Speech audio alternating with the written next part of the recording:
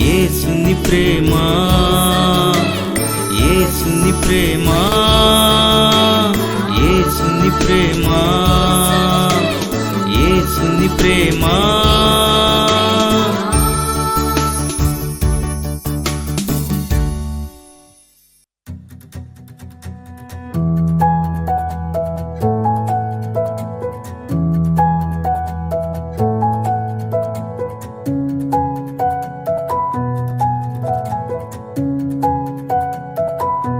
స్తుతి నైవేద్యం. Praise the lord. ప్రభు నందు ప్రేమైన వాళ్ళారా, అందరూ బాగున్నారు కదా? ప్రతిరోజు మరలా తిరిగి ఈ కీర్తనను ధ్యానం చేసుకోవడానికి దేవుడు మంచి మనకు అవకాశం ఇచ్చాడు. నిజంగా కీర్తనలో ఉండే సారాంశం చాలా గొప్పది. ఈ విషయాలు మనం గ్రహిస్తున్నప్పుడు మనం ఇంకనూ దేవుణ్ణి ఆరాధించగలుగుతాం.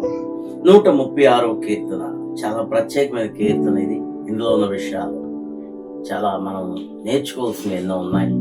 అసలు దేవుణ్ణి మనం ఎలాగా స్తుతించాలి, ఏ రీతిగా దేవుణ్ణి స్తుతించాలి, ఏ విషయాలను బట్టి దేవుణ్ణి ఆరాధించాలి, స్తుతించాలి అనే విషయాలు మనకి దేవుడు తెలియజేస్తాడు. 136 కీర్తన చదువుకుందాం. యెహోవా దయాళుడు, ఆయనకు కృతజ్ఞతాస్తుతులు చెల్లించుడి. ఆయన కృప నిరంతరముండును. దేవదేవునికి కృతజ్ఞతాస్తుతులు చెల్లించుడి. ఆయన కృప నిరంతరముండును. ప్రభువుల ప్రభువునకు కృతజ్ఞతాస్తుతులు చెల్లించుడి. ఆయన కృప నిరంతరముండును. ఆయన ఒక్కడే మహాచర్య కార్యములు చేయువాడు. ఆయన కృప నిరంతరముండును అని మనం చదువుకున్నాం. 4 వచనాలు ధ్యానం చేద్దాం, ప్రార్థన చేసుకుందాం. మహాపరిశుద్ధుడా మా తండ్రి, ఈ వాక్యం ద్వారా మా అందరితో మీరు మాట్లాడమని, సారాంశాన్ని తెలియచేయమని యేసు నామమున ప్రార్థన చేయుచున్నాము తండ్రి. దేవుణ్ణి మనము ఎలా స్తుతించాలి, ఏమని స్తుతించాలి, ఏ రీతిగా దేవుణ్ణి స్తుతించాలి అనేది మనం ఇక్కడ తెలుసుకోబోతున్నాం.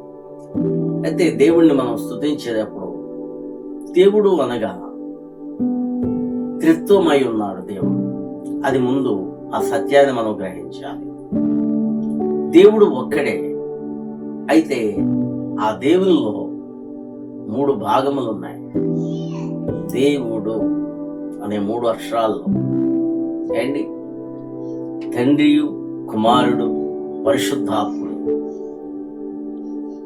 3 వ్యక్తిత్వాలు కలిగిన వారు ఉన్నారు. దేవుణ్ణి అర్థం చేసుకోవడం చాలా కష్టమైన పని. అందుకని ఈ లోకంలో ఏదైనా అర్థమవుతుంది, కానీ దేవుణ్ణి కూర్చున్న సత్యాలే మనిషికి అర్థం కావు. కాబట్టి దేవుని గూర్చిన సత్యాలు గ్రహించగలిగితే మనం ధన్యులమవుతాం. తండ్రి, కుమార, పరిశుద్ధాత్మ త్రియేక దేవుడు త్రిత్వములో ఏకత్వం ఉన్నట్లుగా ఆయన ఉన్నాడు. దేవుణ్ణి మనం స్తుతించేటప్పుడు క్రైస్తవులు కామన్ గా యేసు ప్రభువారిని స్తుతిస్తారు. యేసయ్యా నీకు స్తోత్రం, మా కోసం రక్తం చిందించావు, ప్రాణం పెట్టావు. కానీ ఈ కీర్తనాకారుడు దేవుణ్ణి ఎలా స్తుతించాలో వివరంగా చెప్తున్నాడు. తండ్రి అయిన దేవుడు దయాళుడై ఉన్నాడు. యెహోవా దయాళుడు, ఆయన కృప నిత్యముండును అంటాడు. కాబట్టి మొట్టమొదటి మనం దేవుణ్ణి స్తుతించేటప్పుడు తండ్రి అయిన దేవుణ్ణి స్తుతించాలి. స్తుతి అనగా పొగుడుట. ఒక పెద్దవారి దగ్గరికి వెళ్ళేటప్పుడు మనం వారు ఇంత మంచివారు, ఇలాంటి పనులు చేస్తారని పొగుడుతూ ఉంటాడు. ఆ పొగుడుట వల్ల వారి దగ్గర నుంచి మనకు మన్నన కలుగుతుంది. అలాగే మనం వచ్చిన పని కూడా అవుతుంది. దేవుణ్ణి మానవుడు స్తుతించడం అంట మంచిదట. యెహోవాను స్తుతించుట మంచిది అంటాడు. యెహోవాను స్తుతించుట మనోహరము అని కూడా ఉంటుంది. దేవుణ్ణి స్తుతించడం మానవునికి మంచిది. ఎందుకు మంచిదంటే, దేవుని నుండి మనకు అన్ని సహాయాలు కూడా అందుకోవాలి. మనం ఈ లోకంలో ఎవరిని అడిగినా కొంత సహాయం చేయొచ్చామో కానీ దేవుడైతే నీకున్న ప్రతి అవసరత కూడా ఆయన తీర్చగలిగిన శక్తిమంతుడు. కాబట్టి దేవుణ్ణి స్తుతించడం అనేది చేసేటప్పుడు మొట్టమొదట త్రిత్వమైన దేవునిలో తండ్రిని మనం స్తుతించాలి. తండ్రి నీవు దయాళుడు అని ఆయన చేసిన పని ఏంటో దానిని బట్టి మనం స్తుతించాలి. తండ్రి అయిన దేవుడు చేసిన పని ఏంటంటే ఏంటి? యోహాను సువార్త 3:16 ఉంటుంది. దేవుడు లోకమును ఎంతో ప్రేమించి కాగా తన అద్వితీయమైన కుమారుని యందు విశ్వాసం ఉంచిన వాడు నశింపగా నిత్యజీవం పొందినట్లుగా ఆ కుమారుని అనుగ్రహించాడని చెప్తాడు. తండ్రి అయిన దేవుడు లోకాన్ని ప్రేమించి ఏం చేశాడంటే తన అద్వితీయమైన ఒకే ఒక కుమారుని, ప్రియమైన కుమారుని ఈ లోకానికి బలిగా అర్పించడానికి మన కోసం ఆయన పంపించాడు. కాబట్టి తండ్రి అయిన దేవుడిని మనం స్తుతించేటప్పుడు, తండ్రి ఏదో నీ ప్రియమైన కుమారుణ్ణి మానవ జాతి కోసం రక్తం చిందించి ప్రాణం పెట్టడం కోసం, మానవ జాతి పాపాన్ని విమోచించడం కోసం నువ్వు పంపించావు తండ్రి, నీ కుమారుని బలిగా అర్పించావు తండ్రి అని మొట్టమొదట తండ్రి అయిన దేవుణ్ణి మనం స్తుతించాలి. అప్పుడు ఆయన కృప మనకి నిత్యము ఉంటుంది. హల్లెలూయా. ఇక రెండవది చూసుకుంటే దేవదేవునికి కృతజ్ఞతాస్తుతులు చెల్లించండి, ఆయన కృప నిరంతరం ఉండును అంటున్నాడు. దేవదేవుడు అంటే యేసు ప్రభువారు. యేసు నామము అన్ని నామముల కంటే పైనున్న నామం. యేసు నామము అన్ని నామముల కంటే పైనున్న నామముగా ఎందుకు ఎంచబడ్డాది అంటే ఆయన తనను తాను తగ్గించుకొని భూమి మీద పుట్టాడు మానవునిగా. అందుకనే దేవుని కుమారుడై ఉండి కూడా దైవత్వం అంతటిని విడిచిపెట్టి, తనకున్న మహిమంతటిని విడిచిపెట్టి తనను తాను తగ్గించుకొని అల్పమైన స్వల్పమైన మానవ శరీరాన్ని ధరించాడు. కాబట్టి మానవుని కోసం రక్తం చిందించి ప్రాణం అర్పించి మానవ జాతి అందరినీ పరలోక రాజ్యానికి తీసుకుని వెళ్లే మార్గమయ్యాడు. కాబట్టి ఆయన దేవదేవుడే ఉన్నాడు. హల్లెలూయా. దేవదేవుడు అంటే దేవుళ్ళకే దేవుడు. మరి దేవుళ్ళు ఉన్నారా అంటే ఏంటి? మన దేశంలోనే ఎంతో మంది దేవుళ్ళు ఉన్నారు. ప్రపంచంలో చూసుకుంటే ఎన్నో మతాలు ఉన్నాయి, ఎన్నో దేవుళ్ళు దేవతలు ఉన్నారు. అందుకని బైబిల్ చెప్పే మాట ఏంటంటే దేవుళ్ళుగా దేవతలుగా పిలవబడిన వారు ఉన్నను మనకు ఒకే దేవుడు, ఆయనే యేసు క్రీస్తు అంటాడు. హల్లెలూయా. దేవుళ్ళుగా చాలా మంది భూలోకంలో పిలువబడ్డారు. కారణం ఏంటంటే ఏదో మంచి పని చేయటాన్ని బట్టో లేకపోతే ఏదో ఒక కారణాన్ని బట్టో దేవుళ్ళుగా అనేక మంది పిలువబడ్డారు. కానీ ఒకే ఒక దేవుడు ఉన్నాడు, ఆయన యేసు క్రీస్తు కదండి.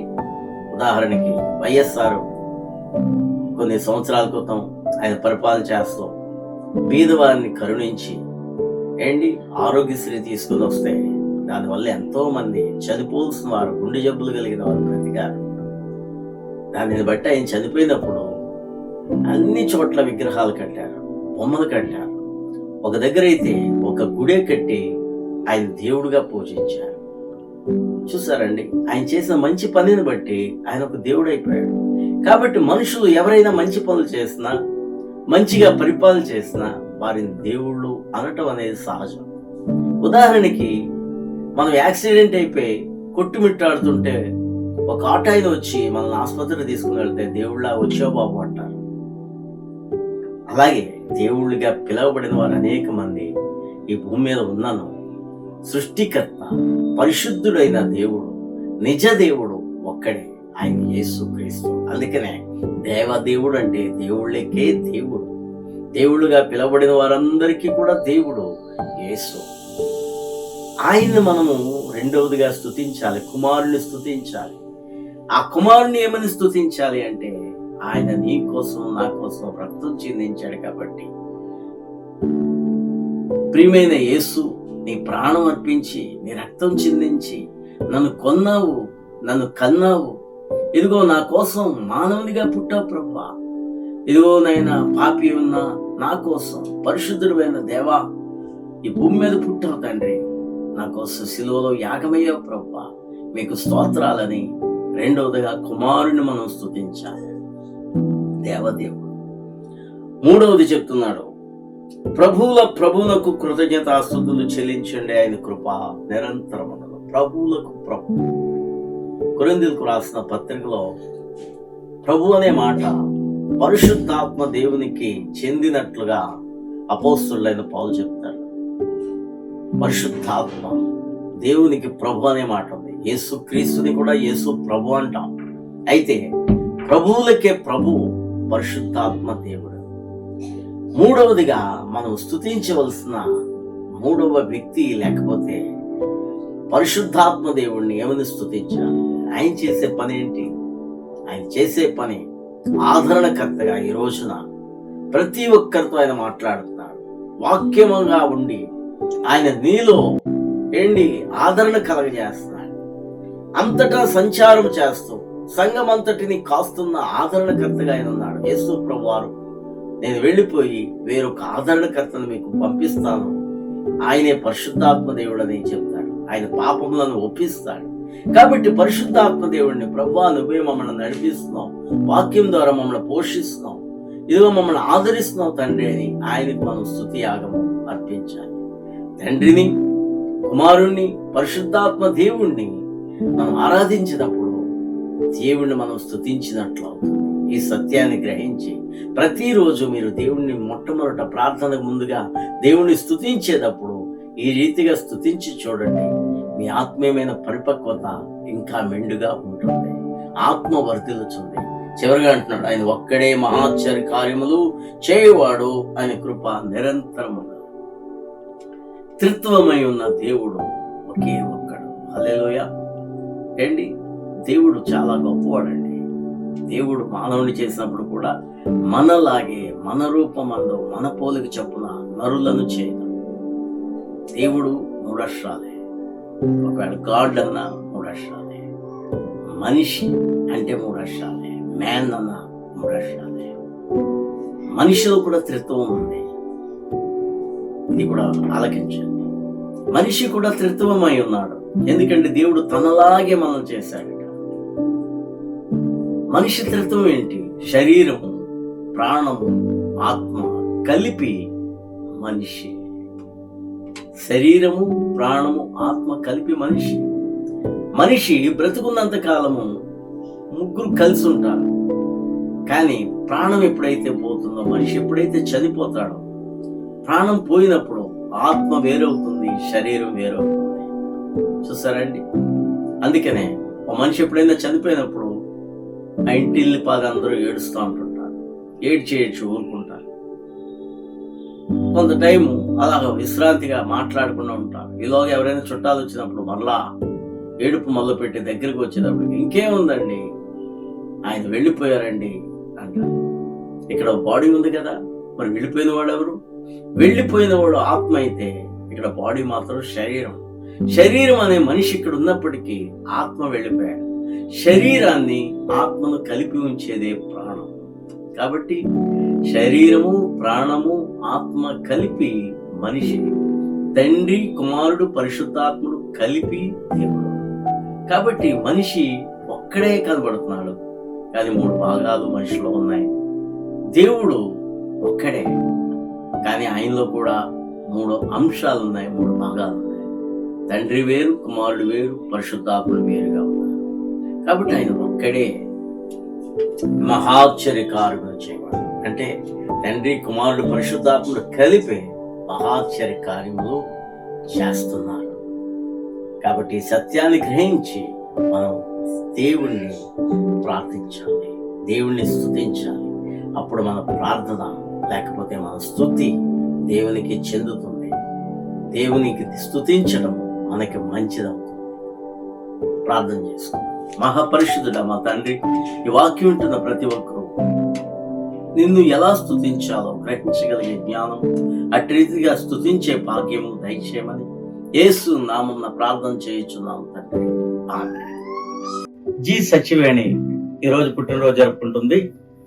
దేవుడు మంచి ఆరోగ్యమును, శక్తిని, బలమును దేవుడు ఇచ్చును గాక. మరొక సంవత్సరం దయాకిరీటంగా దేవుడు ధరింపజేశాడు.